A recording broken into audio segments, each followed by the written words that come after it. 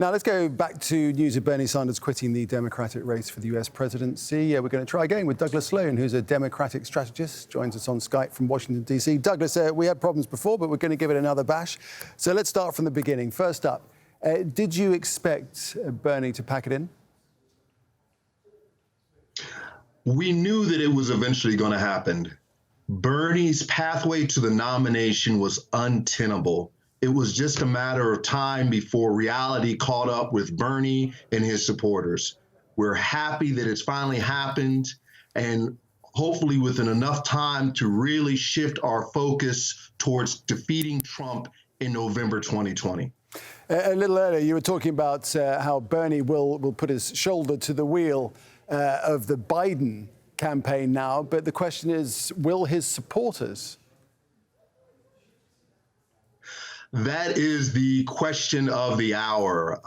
In 2016, there were many Bernie supporters that refused to line up behind the Democratic nominee and Hillary Clinton, and many of them sat home, and some of them even went so far as to vote for the Republican nominee, Donald Trump. And we see what that hath wrought. Trump is ill-prepared to deal with this global crisis in coronavirus, and we are really suffering because of it.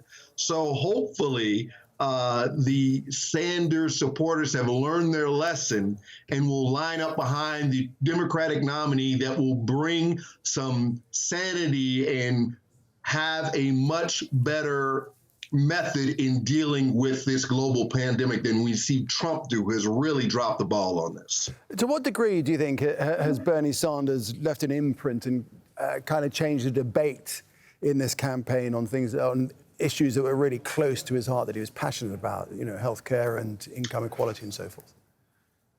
He did a really good job at shaping the national discussion around issues like Medicare for all or free college tuition, a lot of issues that spoke to the heart of working class and middle class Americans that struggle day to day with just working and going to school and getting education and keeping food on the table. So that is very important that he was able to bring those issues to the center of the discussion and literally force the Democratic Party to consider a lot of what he was saying. And it's a good thing. It is a very good thing that he did there. It was like when in D.C., we had an election for mayor. There was this guy named Paul Zuckerberg that ran. Paul Zuckerberg's primary issue was decriminalization and legalization of marijuana, and he brought that to the fore at every debate.